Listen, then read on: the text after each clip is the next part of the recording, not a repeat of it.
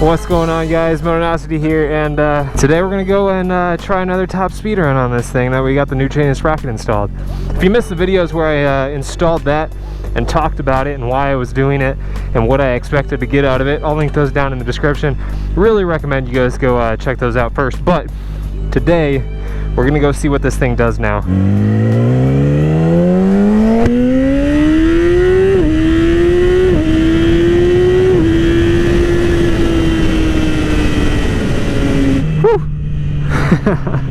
There's a little taste for you guys. What's going on, guys? Hope y'all are having a great week. Man, I'm just so freaking hyped on the past few videos.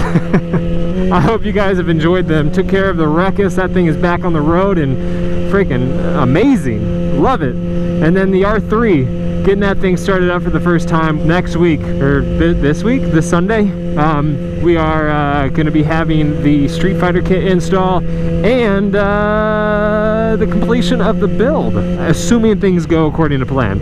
They never do, but assuming things go according to plan. So yeah, I installed the chain and sprocket kit on here. We did a little top speed run. I had always planned to do a chain and sprocket kit on the bike, but I really wanted to do it even more after doing the top speed run, because the top speed run had an interesting result. I was not able to hit redline in 6th gear. I don't know what it was. I don't know if it was the road, the wind, the temperature, my weight. I don't know, but it just seemed like it didn't have the power to hit redline in 6th gear. But yeah, so normally you change your sprockets to either get acceleration or top speed,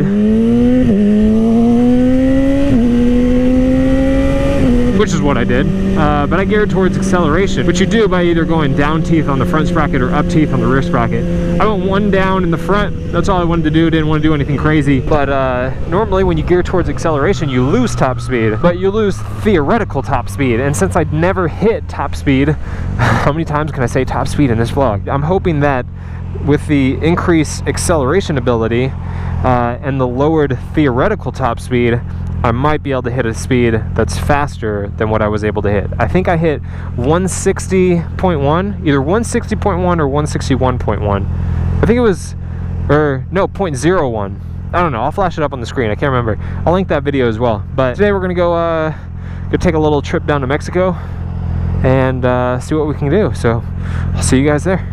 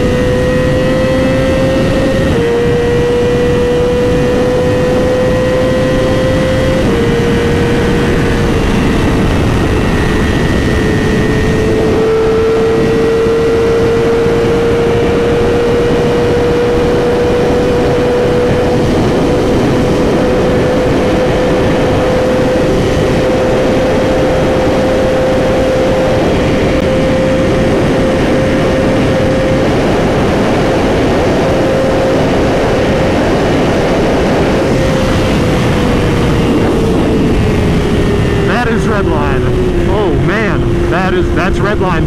That's redline right there. There's no more to go. I don't know if you can hear that. It cut off. Hit the rev limiter. 158.8. Oh man, that sucks. Oh man, it had the power. It had more power.